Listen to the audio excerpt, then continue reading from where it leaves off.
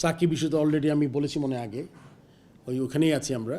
আপনি জানেন যে সাকিবকে ওই কেসটা কোনো মানে ওটার কোনো দিকে না গেলে ও খেলতে পারবে, এটা আমরা আগে উল্লেখ করে দিয়েছি।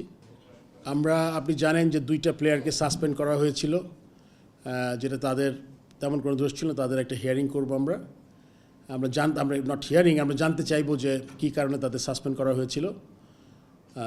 সেই ব্যাপারটা আমরা জেনে তারপরে এটার ব্যাপারে আমরা ডিসিশন নিব আর কি।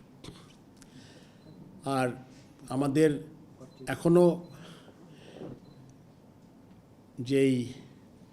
এটা এখনও রেডি করতে পারিনি আমাদের। আপনি জানেন যে আমাদের বেশ কিছু ডিরেক্টর উপস্থিত থাকতে পারে না, আর যারা আছে তাদের ওভারবার্ডেন হয়েছি, তো আমরা এখনও বন্টন করতে পারিনি। হোপফুলি আমরা খুব শীঘ্রই চেষ্টা করব যে আমাদের এই ইম্পর্টেন্ট জিনিসগুলো আছে এর সাথে। আপনি জানেন যে হয়তোবা আপনার ক্রিকেট অপারেশনসে চেয়ারম্যান নাই, বাট তার সাথে আপনি জানেন ম্যানেজার আছে, তারপরে মেম্বার্স আছেন, খালেদ মাহমুদ সুজন বেশ কয়েকটা কমিটিতে আছেন। সো আমরা এটা দিয়ে কাজ চালানোর চেষ্টা করছি। আর সাকিব ইস্যুতে অলরেডি আমি বলেছি মনে আগে ওখানেই আছি আমরা। আপনি জানেন যে সাকিবকে ওই কেসটা কোনো মানে ওটার কোনো দিকে না গেলে ও খেলতে পারবে, এটা আমরা আগে উল্লেখ করে দিয়েছি। মোটামুটি এগুলি আজকে আলোচ্য বিষয় ছিল। আর ওভারঅল ডেভেলপমেন্ট নিয়ে যেহেতু লম্বা হয়েছে মিটিংটা, তার মানে আরও আমরা অনেক বিষয় আলোচনা করেছি। এগুলো আসলে গ্রাউন্ড এর মধ্যে একটা ইম্পর্টেন্ট ছিল গ্রাউন্ড পারচেস করার ব্যাপারে। সো আমরা এটাতে একটা কমিটি করে ওইটা আমরা আগে 2-3টা জায়গা দেখা হয়েছিল, এখন আমরা ওই জায়গাগুলোও দেখব।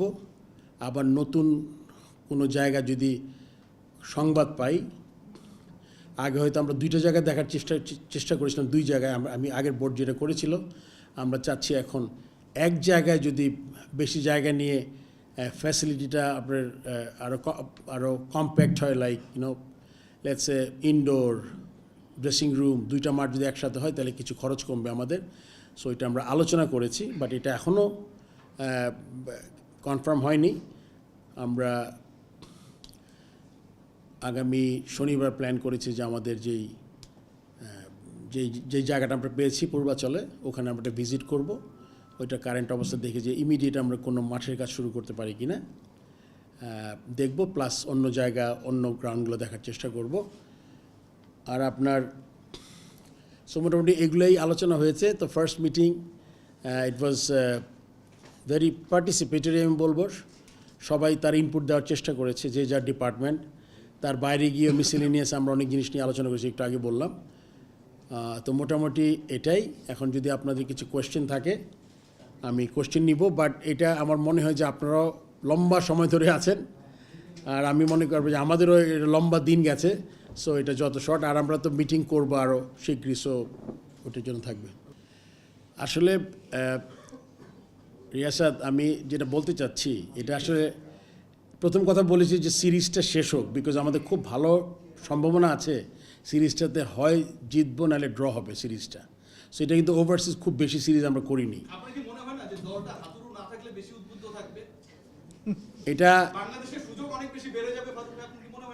এটা আমি তো আসলে বোর্ড প্রেসিডেন্ট হিসাবে একটা উত্তর হবে, আর আমার নিজের ব্যাপারে একটা উত্তর হবে। আসলে যখন একটা অর্গানাইজেশনের হেড হয় তখন আমি কিন্তু আবার আপনারা কদিন পরে বললাম স্বেচ্ছাচারী হয়ে গেছে, সব ডিসিশন নিজে নেই।